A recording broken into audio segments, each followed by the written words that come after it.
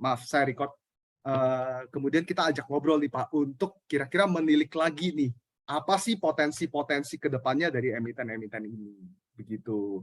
Mungkin teman-teman saya perkenalkan juga di sini malam ini dengan tim manajemen dari Smart Friend dengan Pak Merza selaku Direktur Utama PT Smart Friend.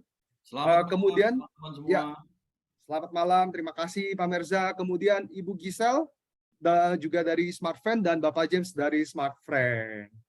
Oke, Pak, mungkin perkenalan dari saya cukup, Pak. Tadi udah disampaikan sama Pak Geraldus juga, kami ingin mengucapkan selamat juga, Pak. Selama ini sebagai investor, kita menunggu-nunggu nih, Pak.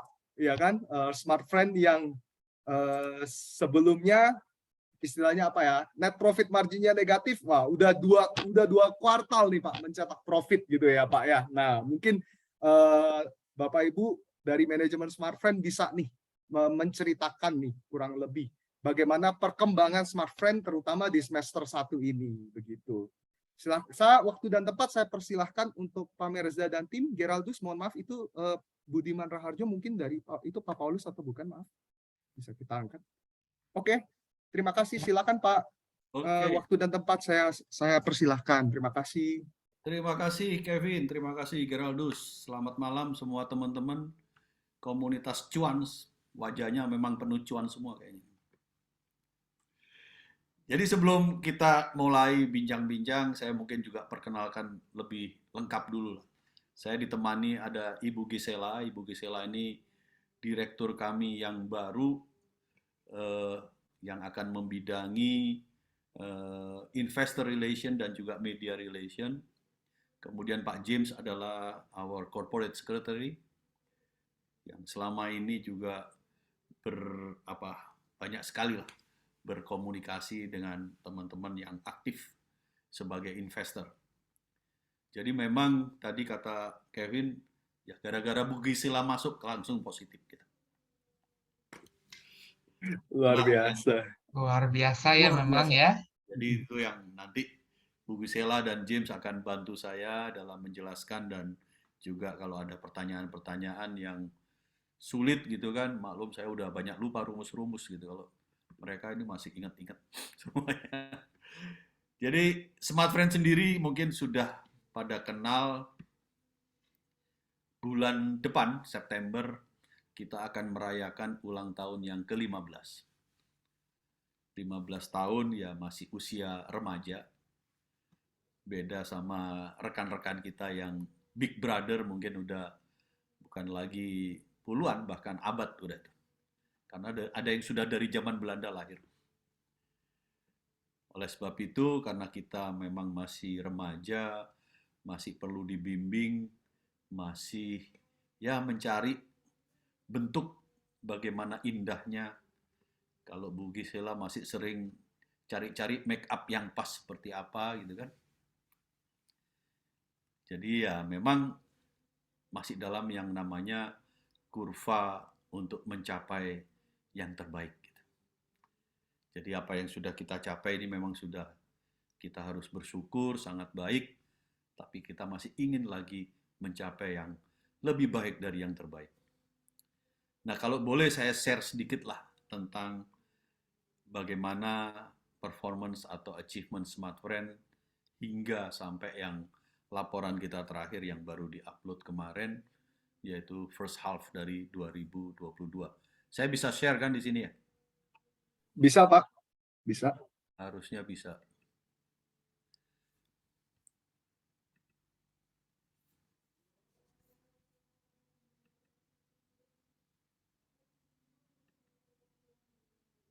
Oke.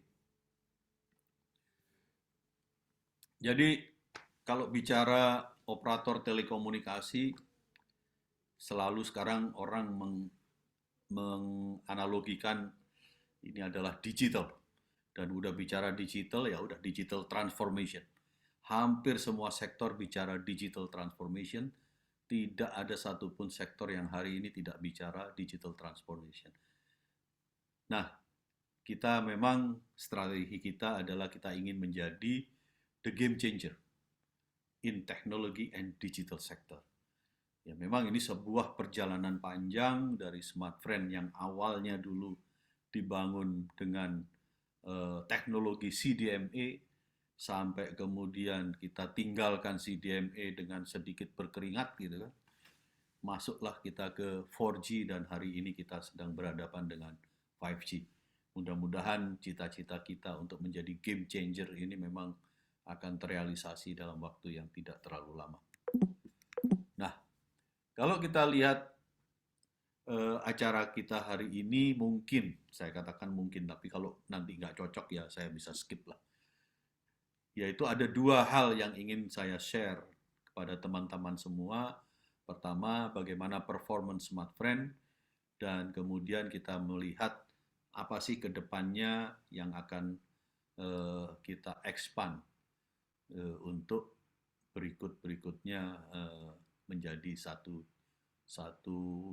strategi maupun perkembangan dari Smartfren itu sendiri. Mari kita lihat apa bisnis performance dari Smartfren selama ini.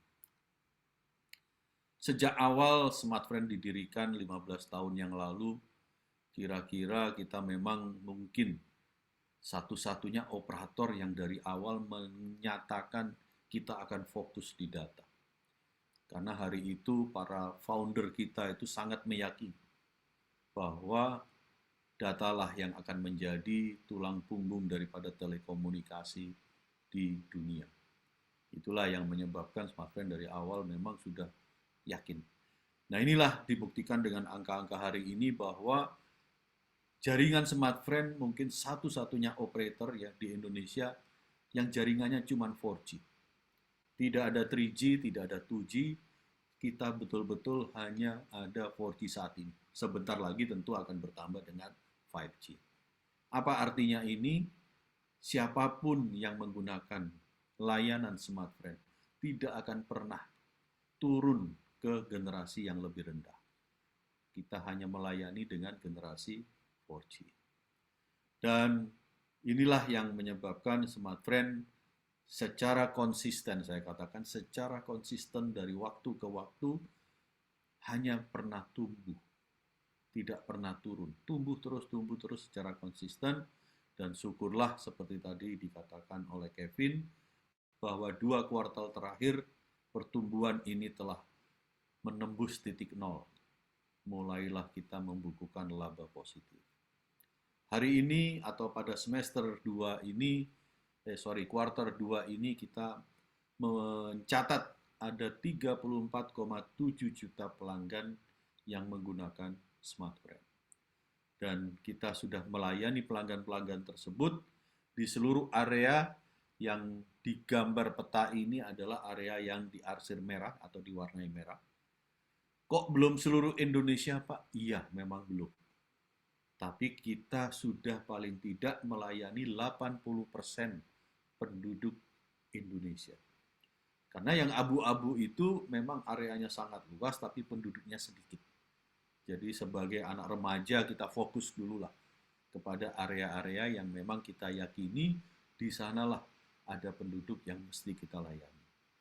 Jadi 43.000 BTS kita berada di area yang merah-merah itu, dan kita belum berhenti, kita masih terus berkembang, kita terus investasi, dan kita harapkan memang tentu area-area ini akan berkembang sesuai dengan perkembangan usaha atau bisnis dari Smartfren. Kita berada saat ini walaupun kelihatannya renggang-renggang, tapi itulah negara kita harus bersyukur. Di antara merah-merah yang kayaknya cuma sedikit itu, kita sudah mengcover lebih dari 200 kota. ARPU kita 25 atau 26 ribu saat ini, yang dibukukan sampai dengan akhir kuartal 2 kemarin. Jadi kita betul-betul fokus kepada layanan yang bersifat data, bukan berarti kita nggak punya voice kita juga nanti kalau kita lihat secara revenue juga akan naik. Kita tidak hanya melayani seluler, Smartfren juga punya izin untuk fix, punya international VoIP, dan juga punya ISP license. Kita boleh menyatakan diri kita merupakan operator yang mempunyai full services, karena sifat daripada telekomunikasi tidak hanya mobile, tidak hanya seluler, tapi juga ada yang fixed line, ada international, dan juga ada internetnya. Nah, perkembangan saya katakan tadi kita itu konsisten tumbuh. Kalau kita lihat nggak usah jauh-jauh lah, yang 4 tahun terakhir atau 5 tahun terakhir ini dari tahun ke tahun pertumbuhan kita sangat konsisten. Dari 12 juta di 2018, hampir double di 2019 menjadi 23,5 juta, nambah tipis di tahun 2020, namun secara persentase sudah 2 digit juga, menjadi hampir 28 juta, dan hari ini kita sudah 34,4 juta. Konsisten tumbuh, konsisten terus membukukan jumlah customer yang makin hari makin banyak. Jadi kalau secara year on year dari 2021 ke 2022 kita tumbuh 16,8%. Secara industri ini tertinggi dibandingkan kawan-kawan kita yang lain yang rata-rata masih tumbuhnya belum sampai setinggi ini. Demikian juga dengan revenue, kita konsisten tumbuh dari tahun ke tahun, dan kita lihat revenue kita bukan hampir lagi, sudah boleh dikatakan 2 kali lipat tumbuhnya dari 2018 ke 2021 yang lalu. Dan kalau kita year on year, pada akhir semester 1 kemarin, revenue kita tumbuh 10% lebih. Ini juga merupakan pertumbuhan yang tertinggi di antara para pemain telekomunikasi. EBITDA, ini kalau kita lihat EBITDA juga kita sangat-sangat appreciate dengan semua teman-teman di Smartfren yang kerja gigih, yang akhirnya menunjukkan satu prestasi bahwa secara angka kita lihat di sini EBITDA kita year on year tumbuhnya 38,3%. Dan ini merupakan satu pertumbuhan yang bukan main, dan secara EBITDA margin kita lihat bahwa EBITDA margin kita 39,2%. Memang belum cukup untuk perusahaan telekomunikasi, kita terus akan tumbuh, tapi dengan konsisten pertumbuhan yang ditunjukkan dalam angka-angka ini, kita yakin kita sudah berada di jalan yang tepat, dan kita akan lanjutkan semua strategi ini agar pertumbuhan ini akan lebih pesat lagi di tahun-tahun berikutnya. Dari segi laba rugi, tadi sudah dijelaskan secara tidak langsung bahwa kita masih bukukan kerugian 435 miliar pada akhir tahun 2021 yang lalu. Namun pada akhir kuartal kedua tahun ini kita sudah membukukan laba 55 miliar, kuartal 1 juga kita sudah membukukan laba sekitar 25 miliar. Nah, walaupun masih kecil angka laba ini, tapi melihat tren yang digambarkan dalam angka-angka ini, kita lihat konsisten sekali bahwa kerugian yang masih 3,5 triliun di tahun 2018 makin mengecil, dan tahun ini telah menembus garis titik nol, kita mulai tumbuh positif. Kita harapkan mudah-mudahan perekonomian dunia tidak memburuk, perekonomian Indonesia tetap tumbuh, maka kita yakini Smartfren juga akan terus tumbuh dengan laba yang makin positif. Itu kira-kira angka-angka yang bisa saya gambarkan mengenai keuangan. Kami yakin bahwa kita akan jalankan semua operasi dari Smartfren, strategi dan lain-lain akan kita kembangkan lagi, dan kita sangat-sangat optimis bahwa tren yang konsisten dari tahun ke tahun untuk semua performance yang kita gambarkan tadi akan kita jaga terus sampai ke depan. Mudah-mudahan tidak ada satu peristiwa yang memburuk di dunia maupun di Indonesia yang menyebabkan ekonomi akan memburuk nantinya. Pandemi, kita tahu semua banyak sektor memang mengalami kesulitan, tapi kita bersyukur di Smartfren kita masih bisa menjaga performance kita lebih baik. Dari sini saya ingin mencoba what next? Apa yang dimaksud dengan Smart Friend expansion ke depan? Nah, kita lihat di sini bahwa semua orang bicara digital transformation dan semua orang bicara 5G. Dalam dunia digital hanya ada satu kata kunci. Apa itu? Yaitu kita harus mempunyai platform digital yang kuat dan kita harus berkolaborasi dengan semua pihak untuk ekosistem agar menjadi kuat. Jadi apa yang dilakukan Smart Friend untuk memperkuat digital infrastructure platformnya? Kita tahu bahwa kita selama ini fokus di platform seluler, namun seperti kita pernah beritakan juga bahwa tahun lalu Smart Friend berkolaborasi dengan Moratel dengan mengambil 20,5% saham Moratel dari sebagai Smart Friend shareholder di sana. Pak Dengan Mirsa, demikian, ya, Pak Mirsa, mohon maaf saya potong. Ini ada yang komen beberapa teman-teman bilang suaranya Bapak kurang keras. oh gitu. Ada di kolom chat jadi. Saya nggak baca chat soalnya. Full. Aku ingatin. Terima Ya, kasih Pak. oke. Jadi apa masih kurang jelas di sini?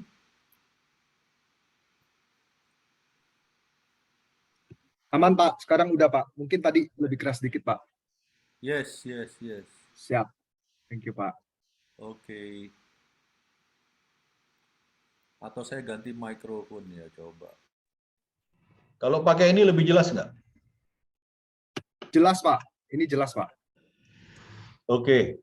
Jadi apa yang dilakukan Smart Friend dengan untuk memperkuat infrastruktur platformnya, tadi saya sampaikan bahwa tahun lalu kita masuk berpartner dengan Moratel, kita mengambil alih 20,5% kurang lebih saham Moratel. Dengan demikian kita mempunyai satu accessibility yang cukup kuat di fiber optik yang hari ini dikuasai Moratel, yaitu baik fiber optik sebagai jaringan antar kota maupun antar home, tapi juga kita mendapat akses ke FTTH, yaitu fiber to the home, sehingga kita bisa juga melayani para pelanggan dengan jaringan fixed line. Juga kita memperkuat untuk data center. Kita tahu bahwa ledakan data ini, ledakan digital di Indonesia akan banyak membutuhkan fasilitas data center. Inilah yang diperkuat oleh Smart Friend dalam rangka ke depan untuk transformasi digital yang lebih berkembang lagi. Nah, kemudian sebagai digital solution, kita juga bekerja sama banyak sekali dengan player-player lain untuk menambah ekosistem digital agar platform yang kita siapkan sebagai platform connectivity untuk digital akan dimanfaatkan oleh para mitra-mitra partnership kita di dalam ekosistem digital. Segala ekosistem apapun itu, baik itu masih berupa konten, streaming, media, dan lain-lain, juga fintech dan lain-lain, kita banyak sekali berkolaborasi dengan pihak-pihak yang menyelenggarakan hal tersebut. Demikian juga kita berkolaborasi dengan ekosistem untuk membangun startup, antara lain ada SMDV maupun EV, East Venture. Nanti kita jelaskan lebih lanjut tentang ini. Nah, apa tadi yang saya sebut digital infrastructure platform, kita sudah 100% 4G VoLTE, kita masuk nanti ke dalam 5G sebentar lagi, bahwa Smart Friend sudah masuk benar-benar 5G, karena kita telah memperoleh SKLO, yaitu surat keterangan laik operasi dari pemerintah, yang kemudian kita sekarang tinggal menggelar untuk ke daerah-daerah yang memang menjadi sasaran bisnis kita. Next-nya adalah tadi kita sebutkan bahwa Smart Friend sekarang telah mempunyai akses ke fiber connectivity lebih dari 48.000 km dari barat ke timur yang saat ini kita bisa akses melalui Moratel. Data center, mungkin teman-teman juga udah baca bahwa Smart Friend telah menandatangani MOU dengan G40 di Dubai, yang di foto-foto ini kita bisa lihat, disaksikan oleh Bapak Presiden Jokowi. Dengan demikian, ini merupakan satu Memorandum of Understanding yang sangat strategik dan sangat penting bagi Smartfren. Mudah-mudahan ini dapat segera direalisasikan dalam waktu yang tidak terlalu lama, karena data center di Indonesia pasti akan dibutuhkan lebih besar dan lebih besar lagi. Ini kira-kira partner-partner Smartfren yang sudah bekerja sama, bermitra, berkolaborasi dengan segala macam sektor, baik di bidang software development maupun di bidang telecommunication, di bidang media, bidang logistik, bidang e-commerce, bidang fintech, dan lain-lain. Kita banyak sekali melakukan kolaborasi-kolaborasi dengan para pemain tersebut. Mudah-mudahan ini akan menjadi sebuah ekosistem yang betul-betul komplit dari hilir ke hulu, dari hulu ke hilir, semuanya berkolaborasi dengan Smartfren. Dengan demikian, semua traffic ini akan melewati connectivity-nya Smartfren, dan kita harapkan platform digital yang kita bangun tadi dapat memenuhi semua kebutuhan untuk menjalankan ekosistem ini. Jadi, kata kunci daripada digital solution adalah kolaborasi dan mitra. Tidak ada kata lain. Tidak ada satu pemain pun yang melakukan ini semua sendirian, semuanya berkolaborasi dengan mereka-mereka yang memang sudah mumpuni di bidangnya masing-masing. Kemudian kita berkolaborasi bukan sekedar hanya kerjasama, tapi juga ada beberapa yang betul-betul kita lakukan dengan bisnis model yang sangat-sangat sinergik, dan ini juga dengan berbagai-bagai pola mekanisme kerjasama yang kita sudah lakukan dengan berbagai pihak. Kita tentu saja fokus kepada apa yang kira-kira akan mendatangkan revenue yang terbaik, dan bagaimana model revenue, model bisnis, model layanan itu untuk meng-create revenue tadi. Kemudian kita juga meng-enhance user experience dan customer loyalty kita dengan berbagai-bagai mekanisme dan model. Kita juga berkolaborasi dengan banyak pihak untuk hal ini. Juga kita melakukan kolaborasi-kolaborasi dalam rangka agar melakukan efisiensi biaya pengeluaran bagi para customer kita. Kita melakukan joint promo, target marketing yang lebih spesifik, dan juga kita semua ini demi untuk memanjakan customer kita agar mempunyai customer experience yang lebih baik dalam menggunakan Smartfren, dalam memanfaatkan ekosistem aplikasi-aplikasi digital yang ada saat ini. Itu kira-kira yang saya share sebagai brief untuk kita diskusi, dan kita tahu semua ini yang tadi saya ceritakan bahwa Smartfren hari ini bukan sekedar hanya bisnis di bidang connectivity telekomunikasi, tapi kita sudah mulai merambah beyond telco.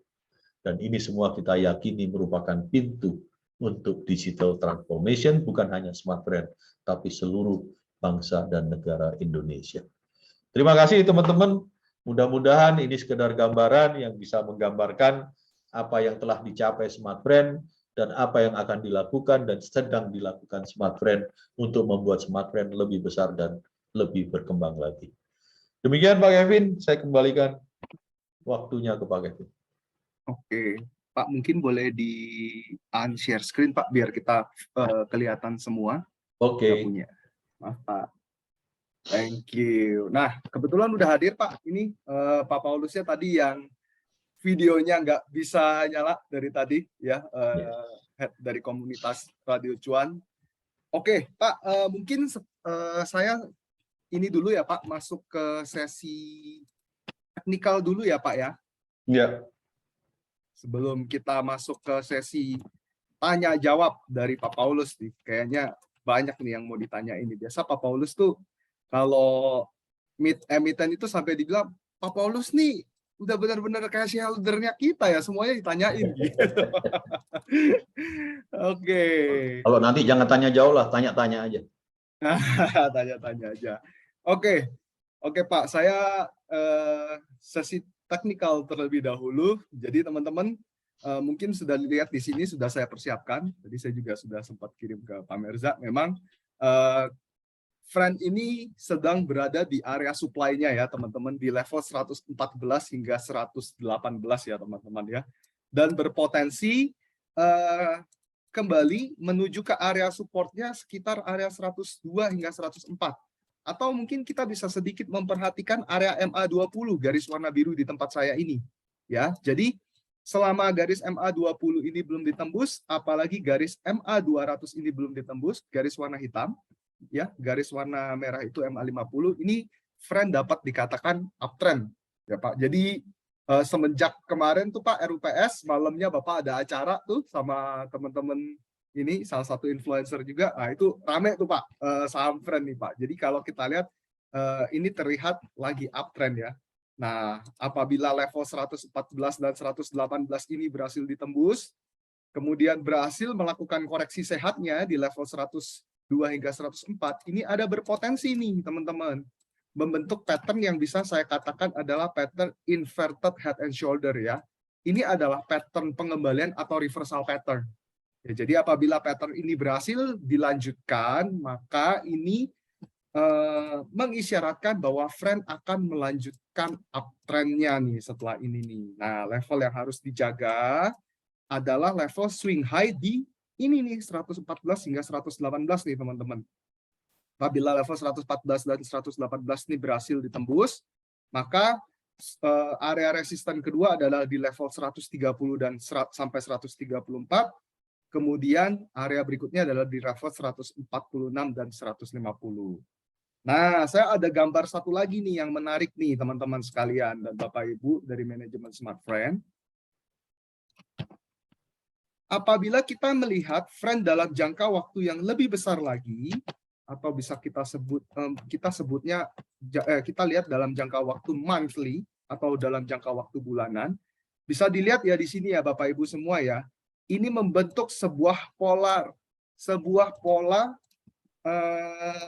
reversal yang biasa kita sebut polanya adalah triple bottom ya. Ada 3 bottom di sini.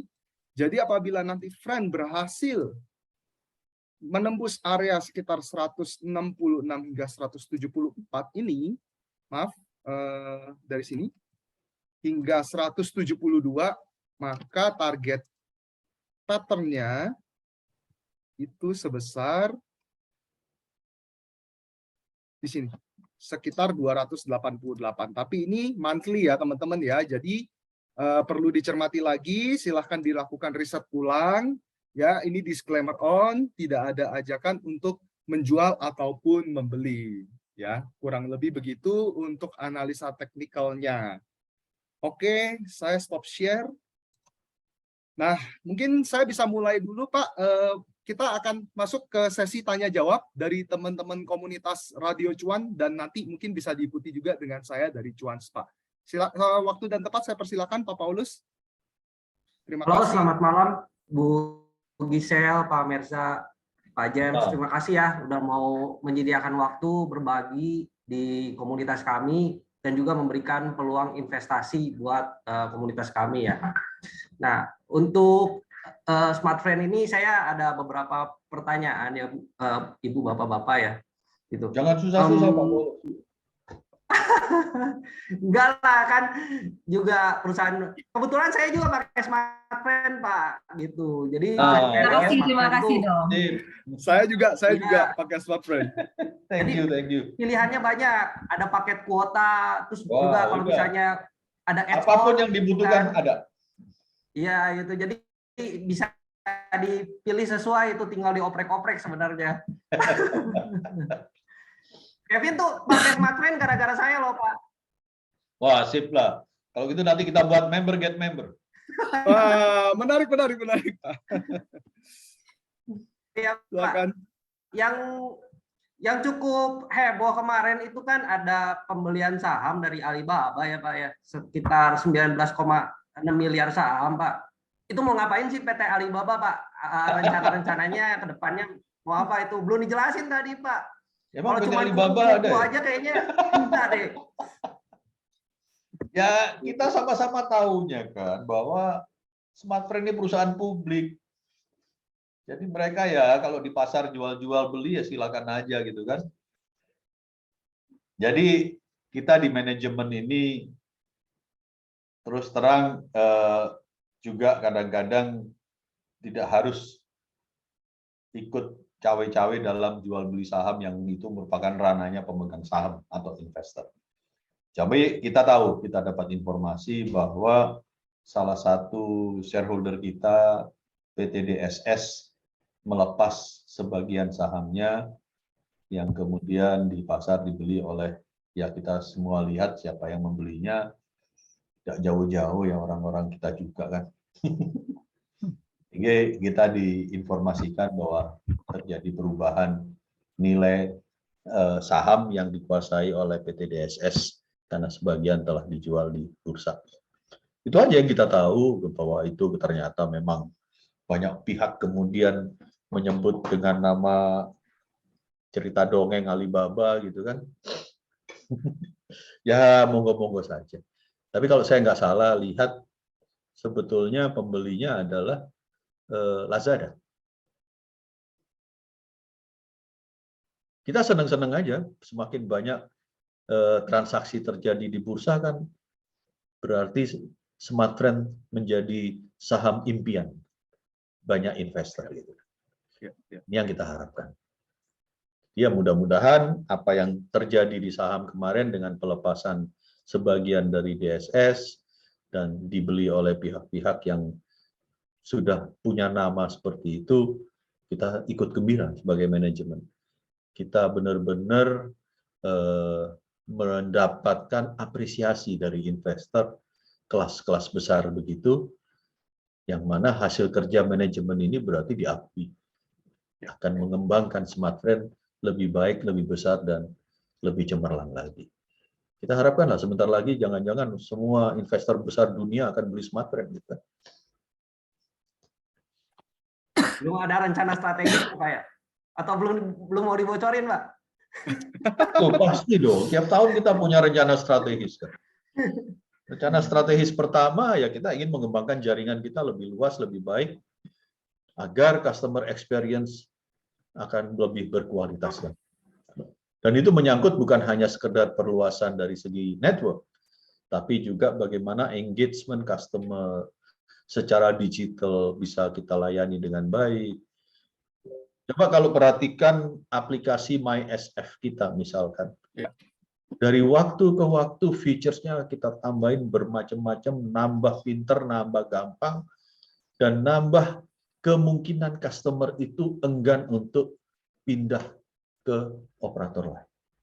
Karena dari My Smartfren bisa melakukan sekarang apapun. Bahkan dari My Smartfren kita pun juga ikut mensupport customer kita dalam mengambil keputusan kalau mau belanja sebaiknya gimana dan lain-lain. Ini salah satu contoh saja. Jadi perkembangan-perkembangan inilah yang terus dilakukan oleh Smartfren yang kita sebut sebagai beyond connectivity tadi. Nah ini rupanya diapresiasi oleh investor-investor, terutama investor yang kelas kakap begitu. Wah kita tentu happy sebagai manajemen gitu kan. Kita harapkan ya akan datang lagi. Lebih-lebih yang kita harapkan investor strategik gitu. Yang betul-betul masuk ke Smartfren, wah bergandeng tangan dengan kami untuk membesarkan Smartfren ini lebih besar lagi. Itu harapan kami. Mudah-mudahan apa yang menjadi berita selama ini akan membuat investor-investor lain juga ikut tertarik dan akan masuk ke dalam Smartfren. Pak, kalau boleh tahu nih Pak, tadi kan growth-nya Frame tuh cukup besar ya Pak ya. Tahu saya tuh di tahun lalu tuh market share Frame tuh 7% Pak. Sekarang udah berapa persen nih Pak? Gitu Pak. Secara market share kita nggak terlalu beda banyak, karena apa? Kalau kita lihat jumlah total customer dalam hal ini adalah nomor handphone yang aktif di Indonesia. Pada akhir Q2 ini tercatat sekitar 350 juta. Jadi bisa dibayangkan penduduk kita 270 juta, nomor handphone yang aktif 350 juta. Jadi bayi pun sekarang udah main handphone. Iya, iya. 2 lagi. Kalau Iya, cuman iya. satu ya cuman 270, ini udah 340. Ada 70 juta nomor lain yang dikantongin orang yang sudah punya nomor. Nah, perkembangan ini dahsyat sekali karena mungkin anomali seperti ini hanya ada di Indonesia. Coba aja kalau ketemu orang asing, lihat orang Indonesia bawa handphonenya 2, 3, mereka geleng-geleng kepala. Ini bisnismen kelas kakap katanya. Padahal enggak, bukan kelas kakap. Dia cuma driver ojol kakap. Iya, Yang iya. satu buat melayani aplikasi ojolnya, yang satu buat khusus sama istrinya, yang satu khusus buat selain istrinya. Jadi fenomena-fenomena kehidupan inilah yang menyebabkan penggelembungan nomor handphone yang beredar. Nah, jadi kenaikan market share 0, sekian persen itu sudah membentuk penambahan yang signifikan bagi pelanggan smartphone.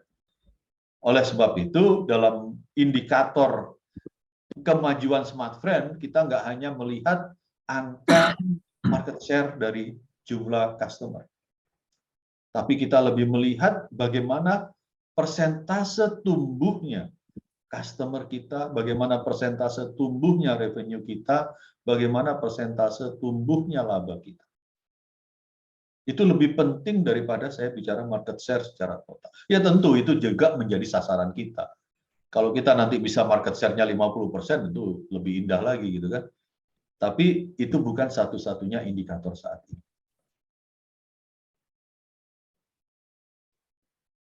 Oke, kan harapannya Pak market share-nya nomor 1 Pak, supaya ngalahin market cap-nya Telkom Pak maksudnya Pak.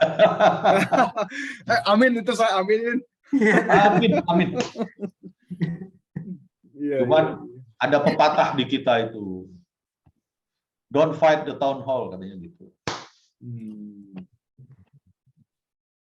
Kenapa tuh Pak? Kenapa tuh Pak? Don't fight Itu the town pepatah hall. aja ya. Oh, Kalau pepatah pepatah kan aja. harus kita dengerin. Oke, Pak, aku masuk dikit nih, masih ngomongin masalah data, market share, dan yang lain-lain nih, sebelum dilanjutin Pak Paulus lagi. Aku perhatikan dari sisi jumlah user ini dari 2018 itu kan sebenarnya naik, Pak. Dari 2018 itu kalau nggak salah sekitar 12 juta user ya, atau mungkin nomor ya Pak, mohon dikoreksi kalau saya salah. Kemudian yang berikutnya di tahun ini tuh di 2021 ya tadi ya, itu sekitar 34,4 juta. Ya, tapi yang saya agak concern di sini adalah ARPU, Pak. ARPU itu dari 44.000 turun hingga ke 25.000.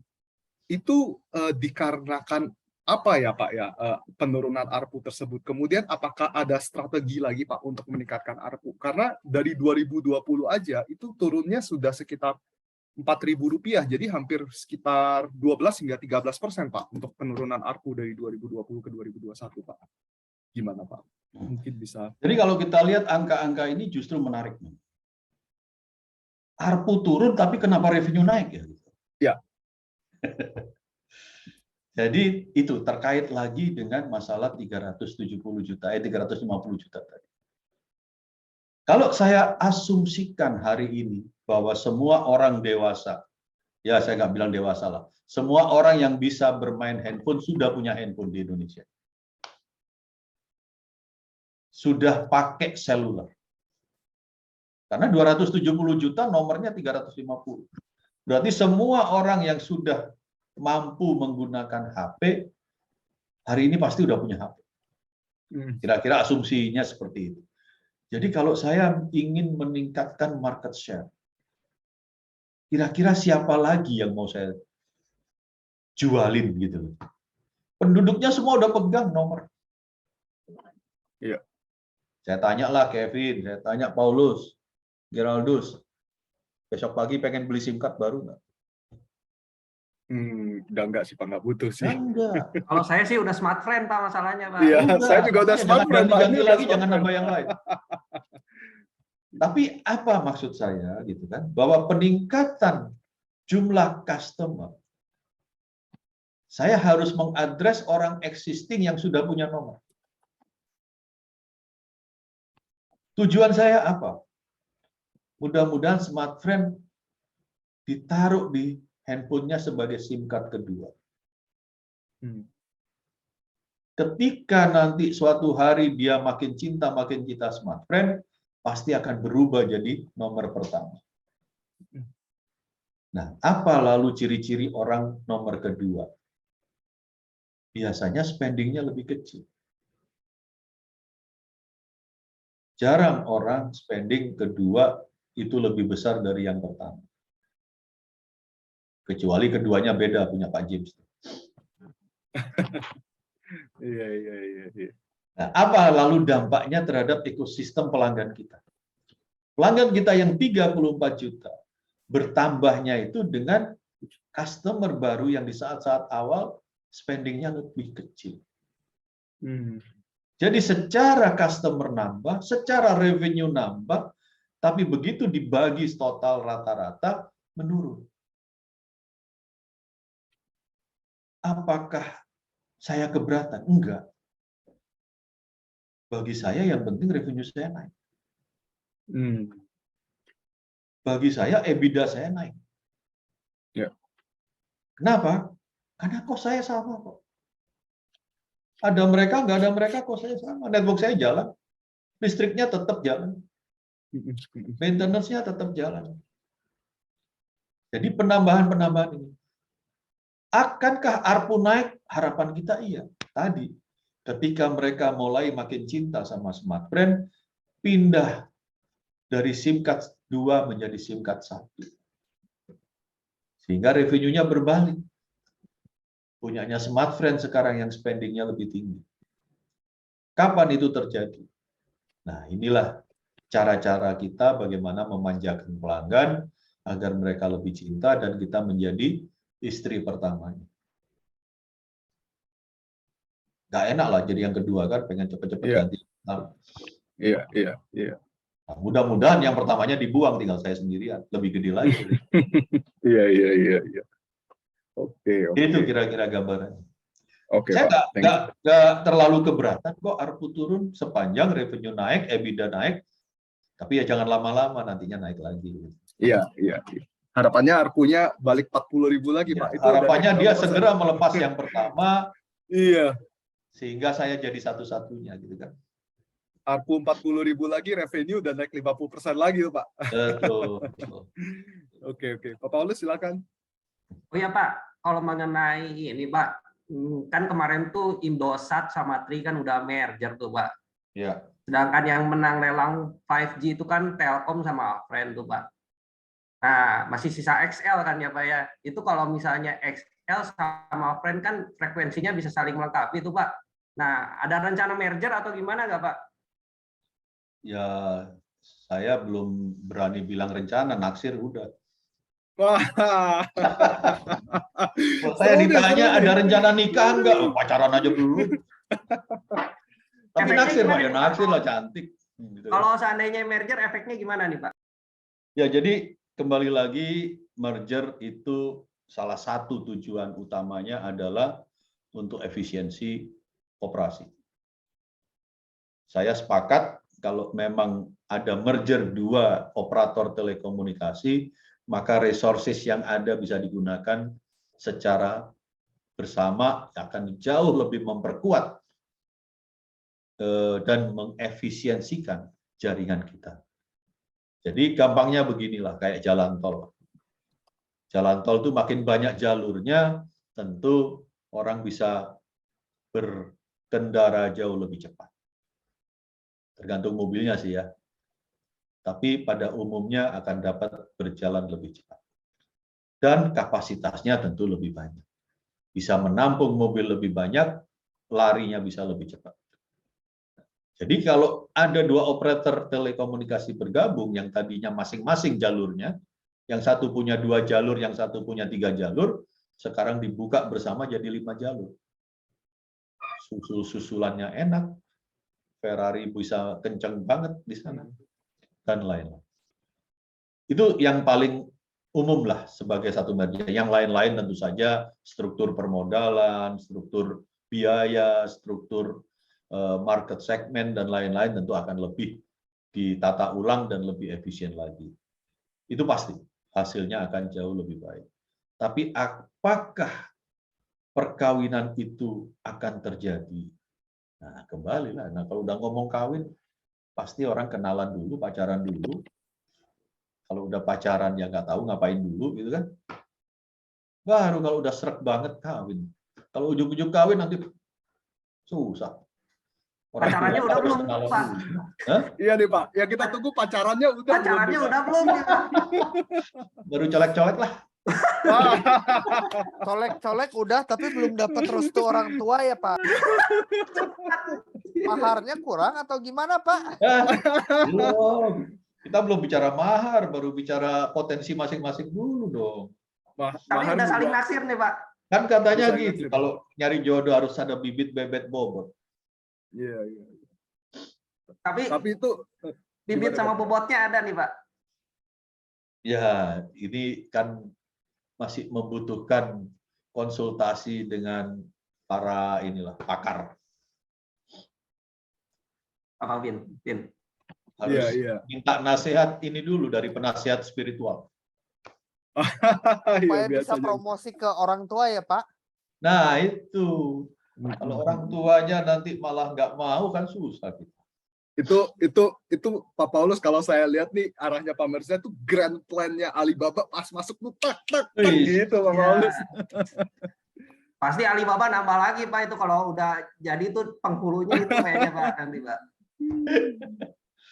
Tapi ada yang tahu nggak sih Alibaba itu cerita dongeng dari mana? Nah, itu kita nggak tahu Pak. Mungkin bisa Nah. dielaborasi Pak. Bukan tokoh Alibabanya sendiri. Oh, dari, toko Alibaba. Saya nggak tahu Pak kalau Alibaba. dari Baghdad. Ah, iya, iya, iya. Jadi kalau Yang orang ke dari gua itu Baghdad, cari harta karun, Vin.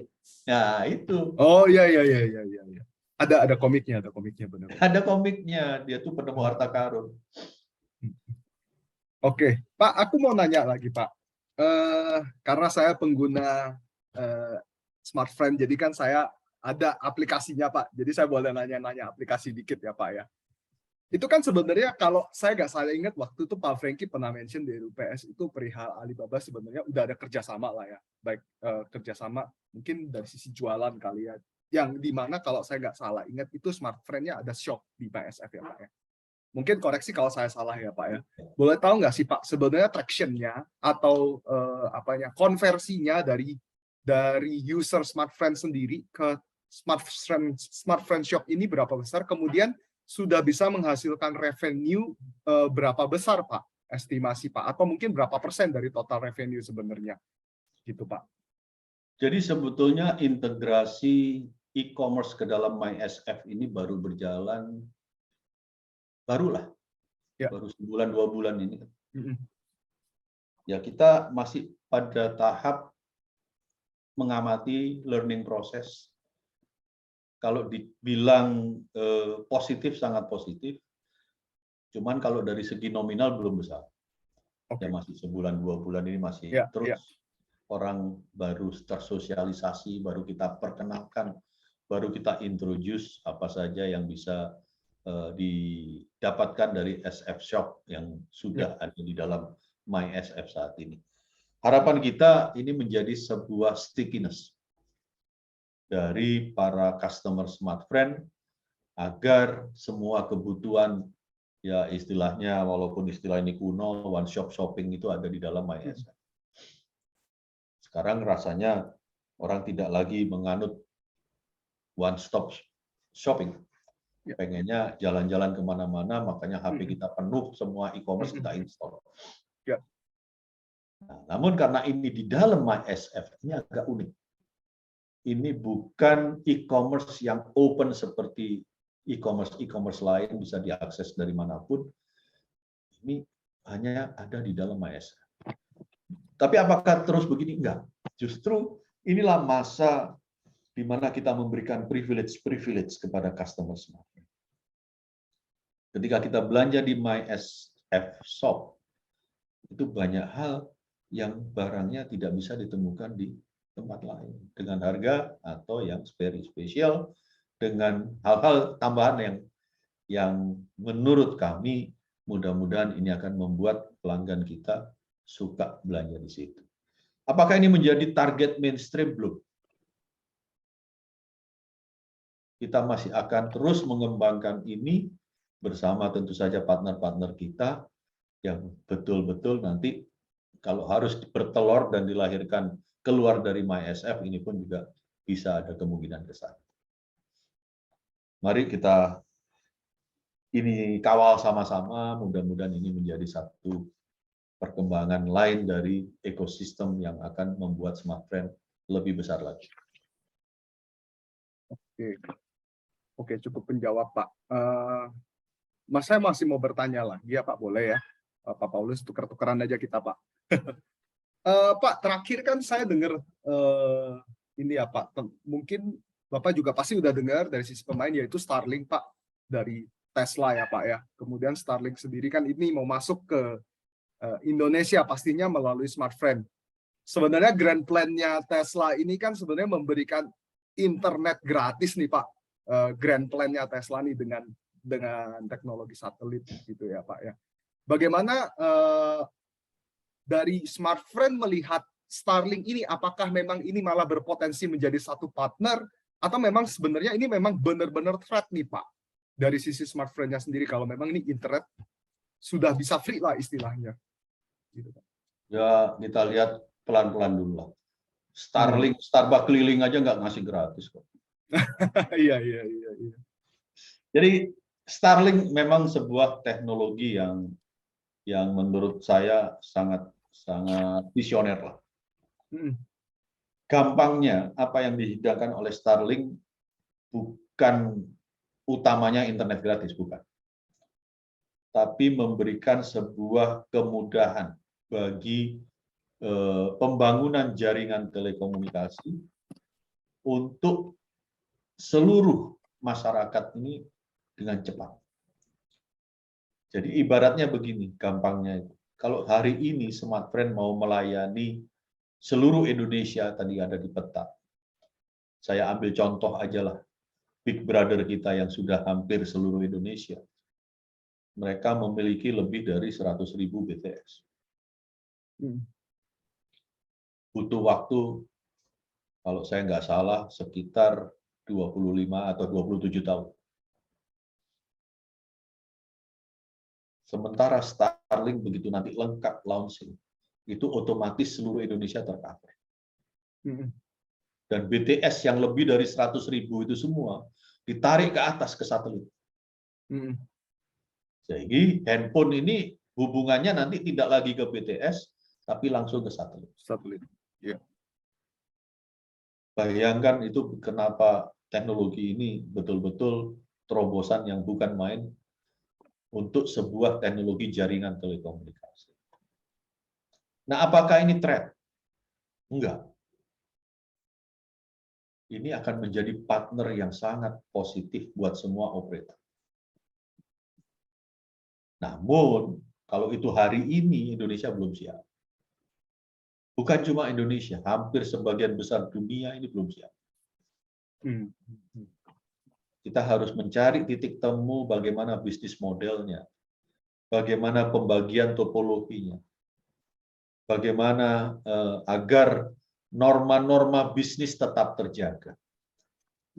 Bayangkan kalau Starlink ini menguasai seluruh dunia secara monopoli, ini norma bisnisnya sudah tidak elok lagi. Sudah tidak elegan. Karena namanya bisnis harus ada kompetisi. Ini yang sedang dicari. Tapi silakan, perkembangan teknologi ini nggak boleh dihambat. Ini kreasi yang menurut saya ya mercusuar bagi sebuah teknologi telekomunikasi. Oleh sebab itu, pemerintah pun sangat hati-hati dalam memberikan izin. Ya. Izin pertama yang diberikan kemarin adalah mereka sekedar jaringan penghubung. Belum masang BTS di satelit. Tapi baru kayak satelit komunikasi biasa. Nah, nanti kalau bisnis modelnya udah mulai ketemu, topologi pembagian landscape-nya ketemu, ini partner yang bukan main, hebat. Bahkan Elon Musk sendiri bingung sendiri kenapa teknologi ini bisa demikian hebat. Iya. Nah, kita harapkan ini semua justru akan mendorong percepatan digitalisasi yang membuat bangsa kita juga akan lebih cepat maju. Tapi kembali, pemain-pemain hari ini yang menggeluti dan membangun telekomunikasi secara berkeringat dari berpuluh-puluh tahun yang lalu, ini pun harus diberikan wadah dengan bisnis model yang bagus tadi. Mari kita sama-sama kawal. Ya. Silakan Pak Paulus. Ini kita sampai jam berapa ya? Kalau mungkin sekitar jam 9 keberatan Pak, karena lumayan banyak juga ini pertanyaan. Oh gitu. Saya soalnya kalau bisa berhentinya di nggak lama lagi. Saya pikir sejam tadi.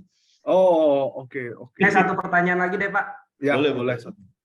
Dari saya juga satu lagi Pak setelah ini. Mungkin 15 menit lagi boleh Pak, sama ada beberapa Q&A dari teman-teman. Ya. Ya seperti yang kita tahu ya Pak, tadi kan Friend tuh membeli sahamnya Moratel Pak untuk memperkuat jaringan fiber optik ya Pak ya. Nah, kenapa Pak kalau untuk memperkuat jaringan fiber optik nggak ambil PT Kestrol dan Tias Mitra aja Pak? Kan dia tuh penguasa fiber optik di Jawa Barat. Itu aja pertanyaan saya Pak. Kalau lihat Moratel, dia itu pemain swasta terbesar setelah Telkom ya. Telkom Indosat nggak saya hitung. Jumlah fiber optiknya 48.000 lebih kilometer nasional. Dia pemain Palaparing Timur dan Palaparing Barat. Yang terlepas hanya Palaparing Tengah.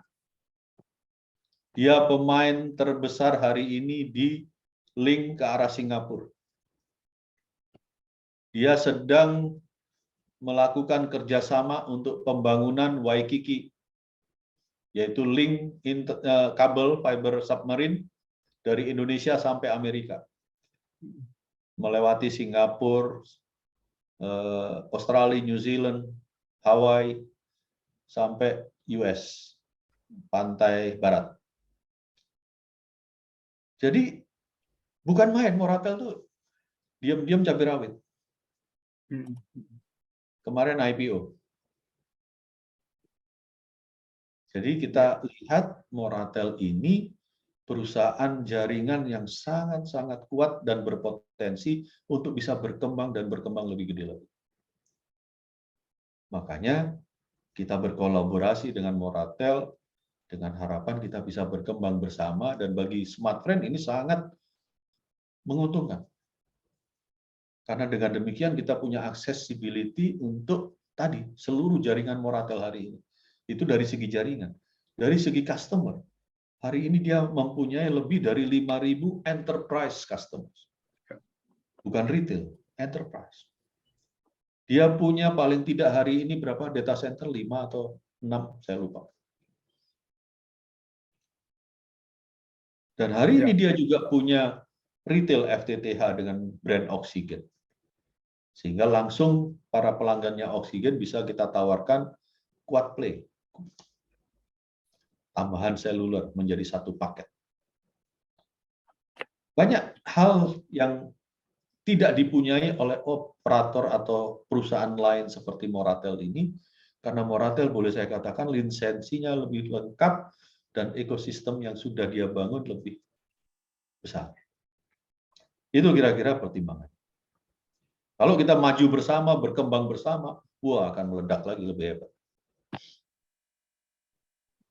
Pak, kasih jawabannya Pak. Sambil menjawab juga sama, dan nanti ada saya tinggal 2 pertanyaan lagi Pak yang saya paling penasaran. Tapi ini sambil menjawab, sebenarnya banyak yang nanya, ada potensi nggak sih Pak sebenarnya Friend ini meningkatkan meningkatkan share di Moratel gitu Pak? Kalau saya nggak salah ingat kan sebenarnya dari Moratelnya sendiri ada lock up ya Pak ya, selama 8 bulan itu nggak boleh diutak-atik ya Pak ya, kepemilikan saham sebelumnya ya Pak ya. Apakah ada potensi, gimana Pak? Ini semua pertanyaannya rata-rata nanyanya itu sih untuk Moratelnya. Ya, kalau bilang potensi ya pasti ada. Naksir udah, saya katakan, colek-colek udah. Kawin udah yang ini ya Pak ya. Kawin udah tipis-tipis lah. Tipis-tipis. Oke. Semua Harusnya ini kita lihat, kalau ini semua terus progresnya positif, why not? Apa sih kalau udah baik nggak kita buat lebih baik lagi? Pasti. Itu Setuju. natural. Tapi kan nggak boleh kita gerusa-gerusu. Kata wong Jawa nggak boleh kesusu.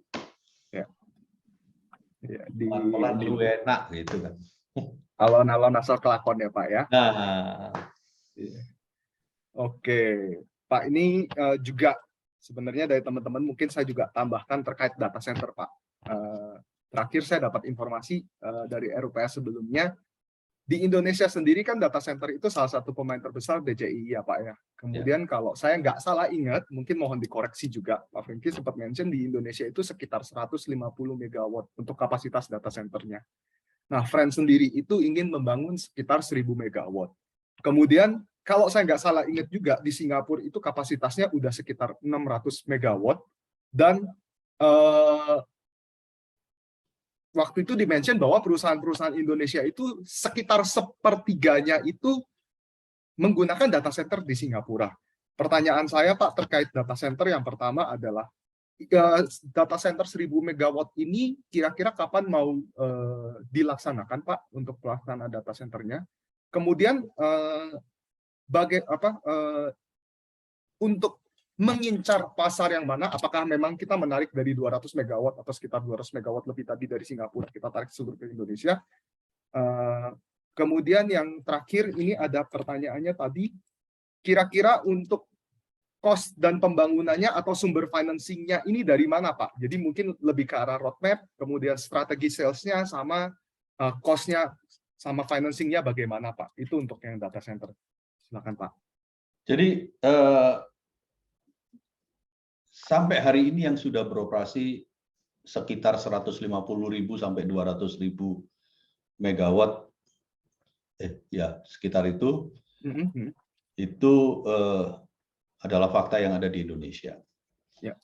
Nah, ledakan transformasi digital ini itu digambarkan secara akademis oleh orang-orang yang para analis bahwa Indonesia akan membutuhkan data center sekitar 3.000 megawatt pada tahun 2030 kalau saya nggak salah. Oke. Nah, apa yang dimaksud ini semua adalah bahwa kehidupan digital di Indonesia ini akan meledak.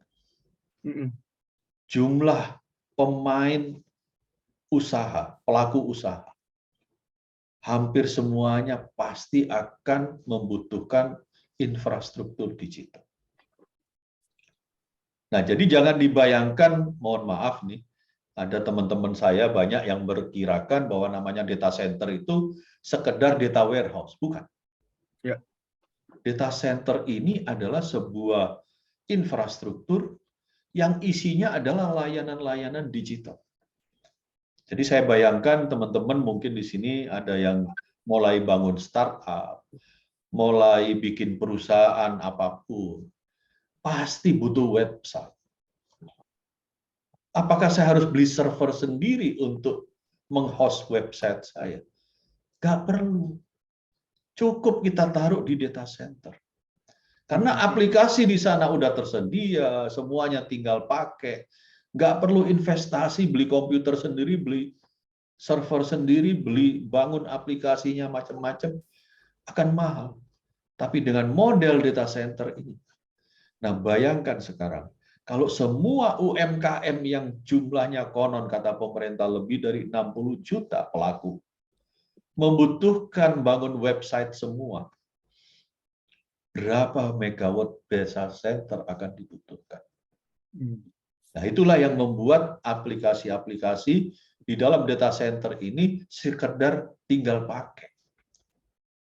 Tidak lagi harus saya create sendiri, invest server sendiri, dan lain-lain.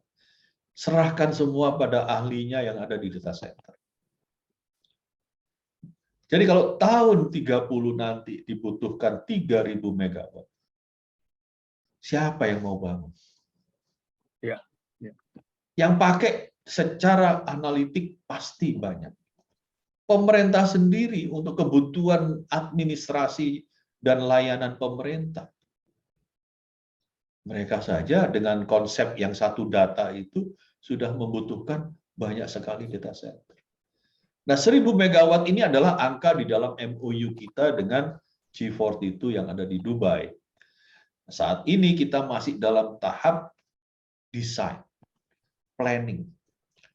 1000 ini mau ditempatkan di mana, berapa megawatt, dan kapan waktu yang tepat. Kecepatan salah, telat salah.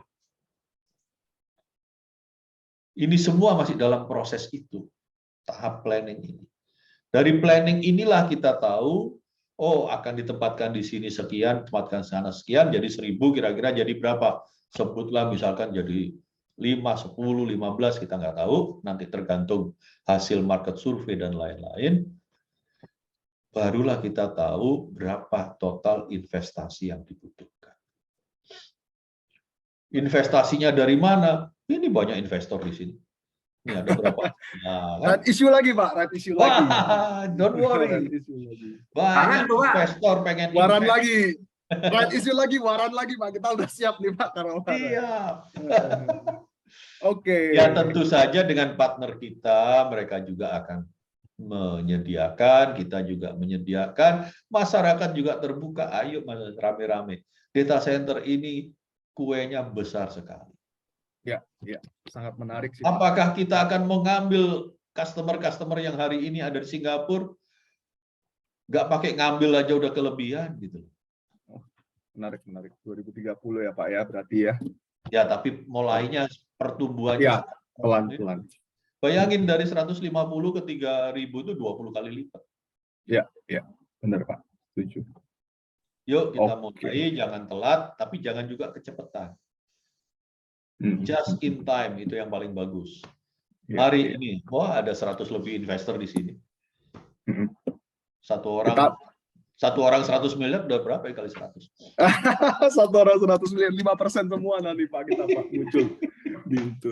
Oke Pak, pertanyaan terakhir dari saya. Pak. Masih Terakhir, kan tadi 2 terakhir Pak. Ini Ya. yang terakhir, benar-benar terakhir dari saya Pak. Maaf Pak. Saya tertarik tadi dengan East Venture ya Pak ya sebenarnya. Tadi kan Bapak ada mention East Venture untuk startup Pak. Terakhir yang lagi rame itu Kupu Pak. Ya, jujur yang lagi rame itu Kupu. Nah, tapi selain Kupu, mungkin kalau teman-teman jeli di Traveloka itu kalau saya nggak salah namanya apa ya? Wangku ya Pak ya, kalau aku nggak salah ingat ya Pak. Ya, Wangku itu kan di-provide sama SmartFriend Pak. Nah, sebenarnya planning-nya ini seperti apa sih Pak? Apakah SmartFriend ini bakalan jadi istilahnya Ventura juga secara kedepannya untuk semua startup atau ingin menjadi holding digital nih Pak dari Sinarmas nih Pak. Nah itu aja sih Pak pertanyaan terakhir saya Pak. Thank you Pak. Habis gitu kita sudahi sesi kita Pak. Atau saya dibantu sama Bu Wisela atau Pak James. Nah boleh. Karena terakhir kan. Ya. Silakan Bu Gisela. Oke. Terima kasih atas antusiasmenya ya. Ya. Banyak sekali pertanyaan yang menarik, diskusinya juga udah dibawakan sangat menarik dari Pak Mersa, selalu menarik.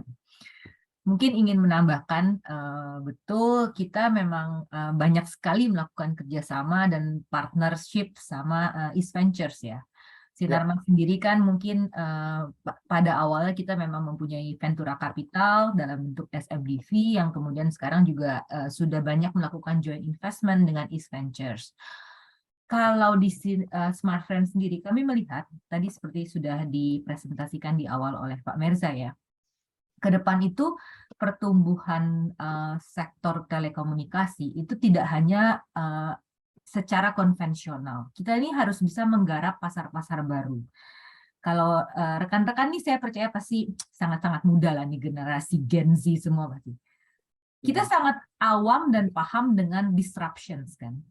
Jadi untuk gimana nih cara kita menghandle atau mengatasi periode disrupsi ini? Tentu kan kita secara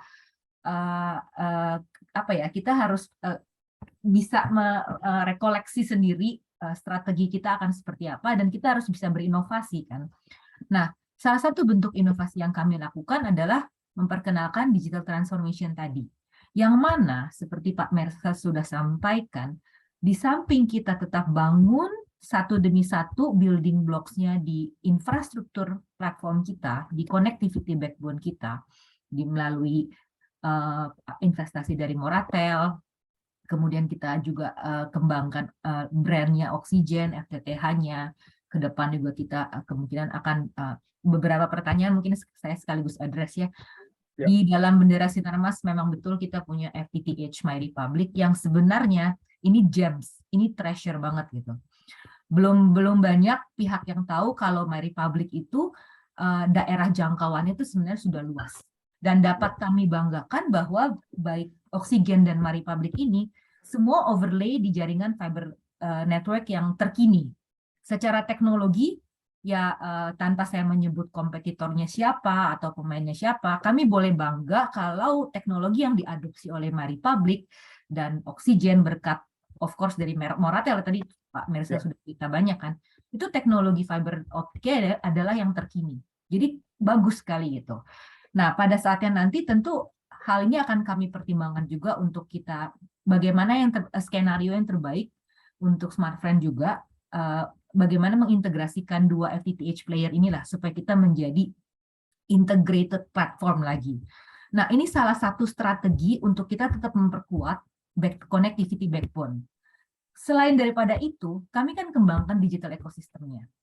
Tapi kan teman-teman tahu, maksudnya setiap manakala kami ingin membuat investasi, kita harus pertimbangkan dulu struktur kemampuan modal, adopsinya seperti apa. Salah satu yang tercepat dan termudah adalah melakukan kerjasama, kolaborasi, partnership. Kebetulan secara bersandingan, dan ini sudah long term ongoing ya, dengan East Ventures kita selalu berhubungan baik. Oleh karena itu kan kita juga dapat melakukan kolaborasi di dana, juga kemudian atas bantuan dari berbagai pihak lah kita juga banyak melakukan kolaborasi dengan grup MTech, dengan video gitu. Itu semua untuk meningkatkan yang kita sebut sebagai digital product, digital solutions kita. Tadi menambahkan lagi untuk meningkatkan digital experience dari para pelanggan Smartfren. Gitu. Nah, Kupu itu memang salah satu yang teranyar dari investasi yang dilakukan oleh Smartfren, sebenarnya sungguh menarik. Ya. Kupu sendiri adalah suatu startup yang bergerak di match di platform ya yang mempertemukan antara pencari kerja dan pemberi kerja. Lalu menariknya di mana?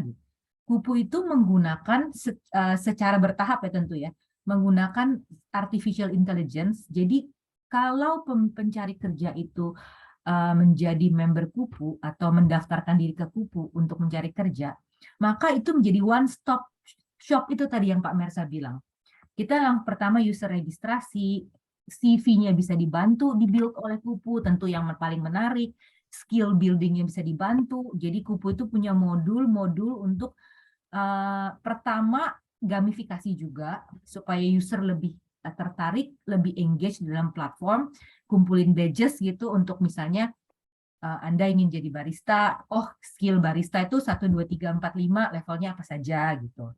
Itu kan menarik ya. Selain daripada itu juga sebenarnya itu screening proses untuk pemberi kerja, mempermudah pemberi kerja.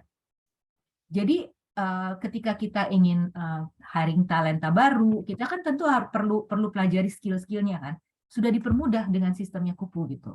Sampai kepada last mile dari rekrutmen misalnya untuk interview bisa dilakukan lewat Kupu. Jadi kami melihat ini potensi yang sangat menarik. Makanya Smartfren memutuskan oke, kita akan invest gitu. Dari situ kita akan bisa membuat satu konten yang kreatif nih untuk pelanggan Smartfren gitu. Apakah kita nanti berkutat di area pemberian konten, terus bagaimana juga mungkin kita bisa perbesar user secara agregat gitu. Nanti akan kita olah dan akan kita pikirkan. Ini salah satu bentuk investasi yang terakhir dari Smartfren di Kupu ya. Ke depan kita akan selalu melakukan usaha yang terbaik untuk mempererat ekosistem digital kita ini. Bisa dalam bentuk investasi langsung, bisa juga melalui partnership, tapi yang terpenting adalah satu, kami selalu memperhatikan struktur permodalan, resiko juga termasuk hal yang dipertimbangkan, kemudian bisa scale up atau tidak, bermanfaat atau tidak secara komersial. Itu yang paling penting kan. Gitu. Kira-kira cukup menjawab? statementnya Bu, ada statement yang kurang. Apakah bakal menjadi digital holding group Oh, Sinarmas digital atau holding enggak nih group Bu? nih. Oh ya, Iya. satu pertanyaan yang kurang ya. Iya. Oke, Sinarmas itu adalah bisnis grup yang sangat-sangat luas dan besar. Mm-mm. Kita tahap pertama ini tentu kami harus fokus di native expertise-nya Smartfren, which is di Mm-mm. kita berawal dari operator seluler, kemudian yang kami kumpulkan sekarang rumah yang kami bangun bersama adalah konektivitas. Gitu. Jadi seluruh kegiatan investasi, pengumpulan aset, build aset secara vertikal, scaling up, Mm-mm. market Mm-mm. outreach yang terkait dengan bisnis konektivitas itu pasti kami kerjakan. Gitu. Nah, kalau bagaimana nanti misalnya apakah kita bisa kita akan merambah kepada fintech atau finansial ya tentu kita akan selalu pertimbangkan gitu. Tapi harap mungkin teman-teman investor bisa selalu ingat ya, bahasa kita, bahasa Smartfren, DNA-nya adalah konektivitas. Dari situ, dari berbasis koneksi itu, setelah kita lengkapi nih selularnya, kemudian fiber networks-nya, nanti data center-nya, kita akan bicara mengenai data analitik kan, komputasi data. Kalau memang nanti ada kesempatan yang menarik untuk kita build fintech sendiri atau enggak mungkin marketplace or e-commerce sendiri, ya nanti itu akan kita pertimbangkan di masa mendatang. Tapi untuk sekarang kita kerjakan partnership kan. Dengan Lazada kita akan kerjakan, dengan Dana kita akan kerjakan gitu. Tapi kalau untuk bicara mengenai Sinarmas secara besar, secara holding, rasanya kan kita harus menghormati juga entitas-entitas bisnis grup Sinarmas yang lain ya. Yeah. Kalau untuk di Smartfren sendiri, connectivity adalah memang native expertise kita. I see. Jadi uangku dengan Dana nih Bu, uangkunya tetap dinonaktifkan atau gimana nih Bu? Karena itu Smartfren jelas banget Bu di uangku nih Bu. Saya sih bayar-bayar itu paling enak pakai uangmu. Iya. Oh Pak, ya uangmu. Nanti mungkin kita belum dapat arahan lebih ininya ya, lebih jelas ya. Cuman nanti apapun informasi yang dapat kami bagikan dan bisa bermanfaat kepada investor, nanti pada waktu pasti kami akan ceritakan lah, kita akan share. Oke. Silakan Pak Paulus untuk closing statement-nya tadi. Iya, terima kasih ya Bu ya, Bapak, Ibu udah mau berbagi ya. Masih banyak sebenarnya pertanyaan, nanti bisa disusulkan ya Bapak Ibu ya. Gitu. Boleh nggak nih Bu Gisel nih, nanti kita susulkan Bu pertanyaan-pertanyaannya Bu. Mungkin by email kali ya Bu ya. Oh iya boleh. Silakan nanti mungkin nanti saya akan DM langsung ya untuk email Boleh. kita. Boleh Bu. Terkait ini ya Bu, ekosistemnya kan tadi udah ada Stockbit dan lain segala macam ya Bu ya. Mungkin nanti ke depannya cuan sama radio cuan nih Bu, dimasukin juga Bu. Oh ya, tentu boleh dong. Sepanjang ada cuan. Iya. Ya boleh. Iya, itu kan ada aplikasinya juga bisa dicoba Bu. Oh iya. Siapa tahu cocok kan? Sepanjang ada cuan. Iya. Oke, Pak Paulus mungkin kita sudahi. Ya, mungkin. Terima kasih ya. Pertemuan kita malam ini. Terima kasih. Pak Merza, terima kasih banyak atas waktunya, sharing-sharingnya juga Pak, sangat-sangat mencerahkan ya. Meskipun, Thank you. waduh, kita pengen nanya-nanya lagi nih Pak, tapi nanti saya chat Pak Merza aja deh Pak. Iya. Bu Gisel, thank you juga. Pak James, thank you juga. Terima kasih juga untuk Pak Paulus dan tim yang berkenan hadir untuk malam hari ini. Bu, mungkin saya juga bisa di DM, saya bisa ke mana untuk nanti pertanyaan-pertanyaan dari teman-teman kita yang masih. Terima kasih banyak atas kesempatannya. Iya, oke, terima kasih kembali untuk seluruh manajemen Friend pada malam hari ini, Smartfren pada malam hari ini. Terima kasih juga untuk para partisipan yang malam ini sudah hadir. Semoga apapun informasi yang diberikan pada malam hari ini bisa menambahkan wawasan untuk teman-teman atau bahkan menambahkan conviction. Sekali lagi kita juga doakan untuk manajemen Smartfren terutama supaya tetap bisa mencetak hasil yang positif Pak. Kalau bisa ARPU 50.000 Pak. Saya dukung ARPU 50.000 Pak. Double Pak, ARPU 50.000. Oke, thank you Pak Merza, sekali lagi thank you Bu Gisel, thank you Pak Terima kasih James. semuanya. Terima kasih semuanya Sehat-sehat ya. semuanya. Oke. Sehat juga cuannya. Wah, thank you Pak. Saya udah 75% Pak dari frame dua Pak. Thank you Pak. Oke, Thank you. yuk, thank you ya. Baik, mohon pamit Saya semua. izin nih. Yuk. Yuk. Ya, terima kasih. Bu Gisel. Ya.